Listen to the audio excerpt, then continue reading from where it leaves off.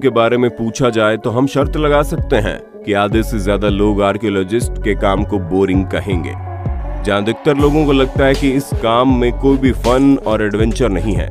इनका पूरा दिन तो पत्थरों के ऊपर से धूल हटाने में निकल जाता है।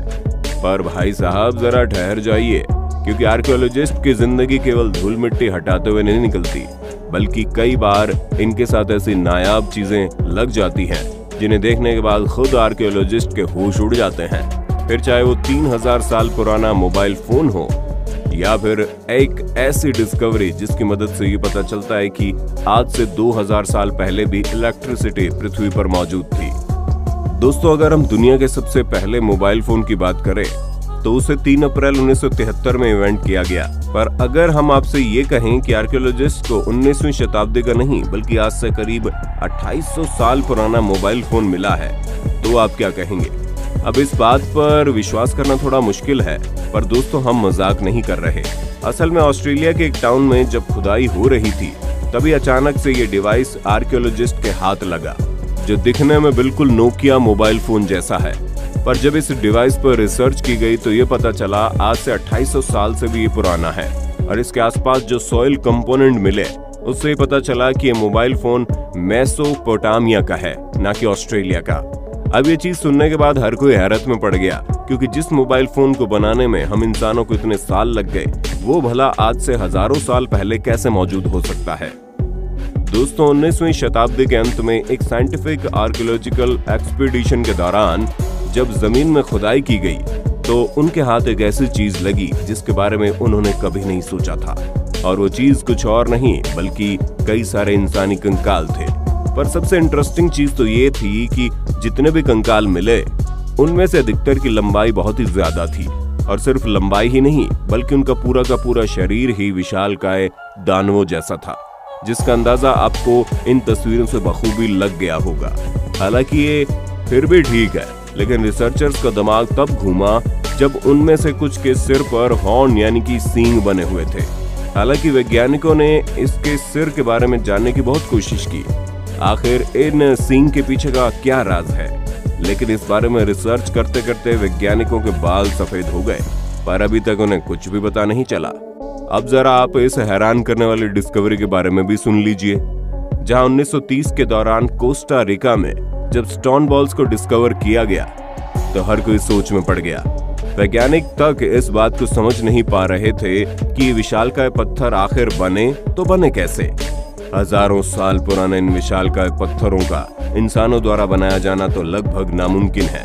ऊपर से जिस टाइम के ये पत्थर हैं, उस टाइम कोई मॉडर्न इक्विपमेंट नहीं थे, उसकी वजह से इन्हें तैयार किया गया। इसीलिए इनके अस्तित्व पर कई सवाल खड़े हो रहे हैं। हालांकि कई सारे लोगों का ये कहना है कि इन गोलाकार पत्थरों का ये शेप पानी की तेज लहरों की वजह से है, लेकिन इस पर भी रिजेक्शन का ठप्पा लग गया। यही वजह है कि अब तक किसी को भी ये पता नहीं चल पाया कि आखिर ये बड़े आकार के पत्थर क्यों बनाए गए हैं और किसके द्वारा बनाए गए हैं। और कई सारे एक्सपर्ट्स का ये कहना है कि इन पत्थरों का इस्तेमाल आज से कई साल पहले ट्राइब्स की बाउंड्रीज सेट करने के लिए किया जाता था। दोस्तों, साल 1952 में एक डैनिश आर्कियोलॉजिस्ट ने बहुत ही मिस्टीरियस डिस्कवरी की। असल में इन्हें दलदल के पास एक पुरुष की बॉडी मिली, जो कि पृथ्वी पर करीब 200 BC के टाइम पर रहता होगा। अब आप खुद ही सोचिए, इतने सालों पुरानी बॉडी का अब तक कंकाल बन जाना चाहिए, लेकिन नहीं। आप साफ साफ देख सकते हैं कि कैसे दलदल की वजह से केवल चेहरे को छोड़कर ये बॉडी पूरी तरह से प्रिजर्व है, जहां इस शख्स के हाथों में आप नाखून से लेकर सिर पर मौजूद बालों तक सब कुछ देख सकते हैं। और दोस्तों, बॉडी के इसी प्रिजर्व स्टेट की वजह से इस शख्स की मृत्यु का कारण भी बताया जा सकता है। यहाँ तक कि ये भी पता लगाया जा सकता है कि इसने मरने से पहले क्या खाया था। और इस बॉडी के ऊपर हुई रिसर्च में पता चला है कि इसके शरीर में कई सारे घाव मौजूद हैं, जिनमें से कुछ बहुत ही गहरे हैं, जिससे इस बात की पूरी संभावना है कि इस शख्स की मौत का कारण इसके शरीर में मौजूद घाव हो सकते हैं। दोस्तों, मोआ न्यूजीलैंड में रहने वाली एक ऐसी बर्ड स्पीशीज है जो 15वीं शताब्दी में हमारी पृथ्वी से विलुप्त हो गई थी। ये बर्ड 4 मीटर लंबी हुआ करती थी, यहाँ तक कि इसका वजन 250 किलोग्राम का था। अब इससे आप समझ सकते हैं कि बर्ड कितनी ज्यादा बड़ी होगी। और ये सब हम आपको इसलिए बता रहे हैं क्योंकि पिछले कई सालों से एक्सपर्ट्स को इस विलुप्त हुई बर्ड के ऐसे कई सारे अंश मिल रहे हैं जिन्हें देखकर वो भी हैरान है। पर सबसे ज्यादा हैरानी तो तब हुई जब एक एक्सपीडिशन के दौरान न्यूजीलैंड में खुदाई की जा रही थी और तभी इस विशालकाय बर्ड का एक मम्मीफाइड पंजा मिला। और ये पंजा इतना ज्यादा सटीक है कि इसे देखकर एक नजर तो इंसान धोखा खा जाएगा कि ये किसी बर्ड का पंजा है, वो अभी मरी है। पर जब रिसर्च की गई तो पता चला वो पंजा इसी बर्ड का है जिसके शरीर से सैकड़ों सालों पहले कट करके जमीन के अंदर दफन हो गया था। वैसे दोस्तों, भले ही आपको इस तरह की नायाब चीजें न मिली हो, लेकिन सड़क पर गिरा सिक्का तो मिला ही होगा। ऐसे में अपने होस्ट दोस्त सैम को कमेंट करके ये बताना मत भूलना, आपको अब तक सबसे ज्यादा कितने रुपए सड़क पर मिले हैं, और जिन्हें अभी तक कुछ भी नहीं मिला वो लोग अपना नाम कमेंट में जरूर बताएं। अब हम आपको जो बताने वाले हैं उसे सुनने के बाद आपके कान खड़े हो जाएंगे। जब बात इलेक्ट्रिसिटी की आती है तो हम सभी को पता है कि इसका इन्वेंशन आज से लगभग 200 या 300 साल पहले किया गया होगा, और उससे पहले लोग बिना बिजली के अपनी जिंदगी बिताते थे। लेकिन जिस हिसाब से आर्कियोलॉजिकल एविडेंस मिले हैं उससे साफ पता चलता है कि आज से 2000 साल पहले भी बिजली पृथ्वी पर मौजूद थी।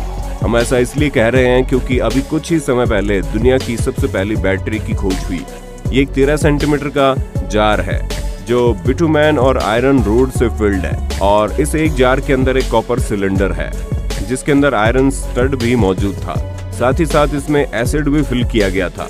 इन सभी चीजों को देखा जाए तो ये बैटरी 1 वोल्ट का करंट जनरेट कर सकती है। अब 2000 साल पुरानी किसी चीज में इस तरह के अरेंजमेंट होना कोई मामूली बात नहीं है। दोस्तों, 2013 में एक्सपर्ट्स को खुदाई के दौरान एक ममोथ की बॉडी मिली। अगर आपको न पता हो तो हम आपको बता दें कि ममोथ ऐसे जानवर थे जो आज से कई सालों पहले पृथ्वी में रहते थे, और इनकी बनावट हाथी की तरह थी, लेकिन ये हाथी से भी ज्यादा खतरनाक और विशालकाय हुआ करते थे। ऐसे में इस जानवर का मिलना कोई बड़ी बात नहीं है। पर 2013 में जब इसकी बॉडी मिली तो वैज्ञानिक इसलिए हैरान हो गए क्योंकि इसका ब्लड बिल्कुल फ्रेश था। असल में वैज्ञानिक जब इस पर रिसर्च कर रहे थे तो अचानक से ममोथ की बॉडी में धारदार हथियार लग गया, जिसके बाद उसका खून बहना शुरू हो गया। इसे देखकर एक्सपर्ट्स खुद सोच में पड़ गए कि आखिर इतने साल पुराने जानवर का खून भला कैसे इतना फ्रेश हो सकता है। दोस्तों, साल 1936 में टॉम्ब एक्सकेवेशन के दौरान निंजा पैथोलॉजिस्ट वॉल्टर एमरे ने एक ऐसा हैरान करने वाला ऑब्जेक्ट ढूंढा जिसे आज के समय में लोग साबू डिस्क के नाम से जानते हैं।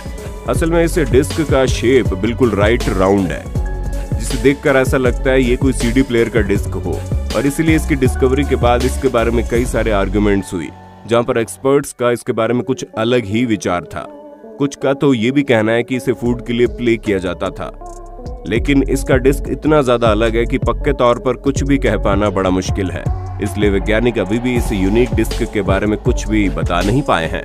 दोस्तों, क्विन डायनेस्टी के राजा क्विन शी हुआंग ने अपनी छोटी सी उम्र में पूरे चाइना को एक साथ जोड़ने के लिए एड़ी चोटी का बल लगा दिया था, और इन्हीं के शासन के दौरान इनका टॉम्ब बनकर तैयार किया गया। इन्हें अपने सोल्जर से बहुत ही ज्यादा प्यार था, इसीलिए इन्होंने फैसला किया कि अपने टॉम्ब में बने टेराकोटा आर्मी को मरने के बाद भी जिंदा रखेंगे। इन्होंने हजारों की संख्या में मौजूद अपने सोल्जर्स की मूर्तियों के साथ साथ इनकी सेना में काम करने वाले घोड़े और हाथियों की भी मूर्तियां बनवाई, जिनकी संख्या कितनी ज्यादा है वो आप खुद ही देख सकते हैं। हालांकि ये सभी चीजें काफी समय तक लोगों से छिपी हुई थी, वो तो एक खोज के दौरान इस जगह के बारे में पता चला और तब ये सारा राज खुला। दोस्तों, ट्यूरिन श्राउड एक क्रिश्चियन रेलिक है। एक्सपर्ट्स के मुताबिक 4 मीटर लंबे कपड़े में मृत्यु के बाद जीसस की बॉडी को लपेटा गया था। हालांकि रिलीजियस पॉइंट ऑफ व्यू से इस कपड़े के पीछे कई सारी बहस भी हुई कि ये असली है या फिर इसके पीछे कोई और सच है। इसलिए विज्ञान और वैज्ञानिक दोनों इस कपड़े में कुछ ज्यादा इंटरेस्ट लेने लगे, जहां रिसर्चर्स ये जानना चाह रहे थे कि आखिर किस तरह इस कपड़े की वैल्यू को बढ़ाने के लिए इसके ऊपर जीसस की इमेज को बेहतरीन तरीके से बनाया गया है। पर लाख रिसर्च करने के बाद भी उन्हें इस ट्यूरिन श्राउड में कोई भी गड़बड़ यानी फेकनेस नहीं दिखी, और जब वैज्ञानिक इस कपड़े को नकली नहीं बता पाए तो लोगों का विश्वास इस पर और ज्यादा पक्का हो गया। लेकिन अगर पुख्ता तौर पर देखा जाए तो इस बारे में किसी को ये नहीं पता है कि ये कपड़ा धार्मिक चीजों से जुड़ा हुआ है या फिर इसे वैल्यूएबल बनाने के लिए इसमें कलाकारी की गई है। तो दोस्तों, आज के लिए बस इतना ही। उम्मीद है आपको हमारी ये वीडियो पसंद आई होगी। अगर हाँ तो ऐसी इंटरेस्टिंग वीडियोस को लगातार देखते रहने के लिए चैनल को लाइक, शेयर और सब्सक्राइब करना बिल्कुल भी ना भूलें।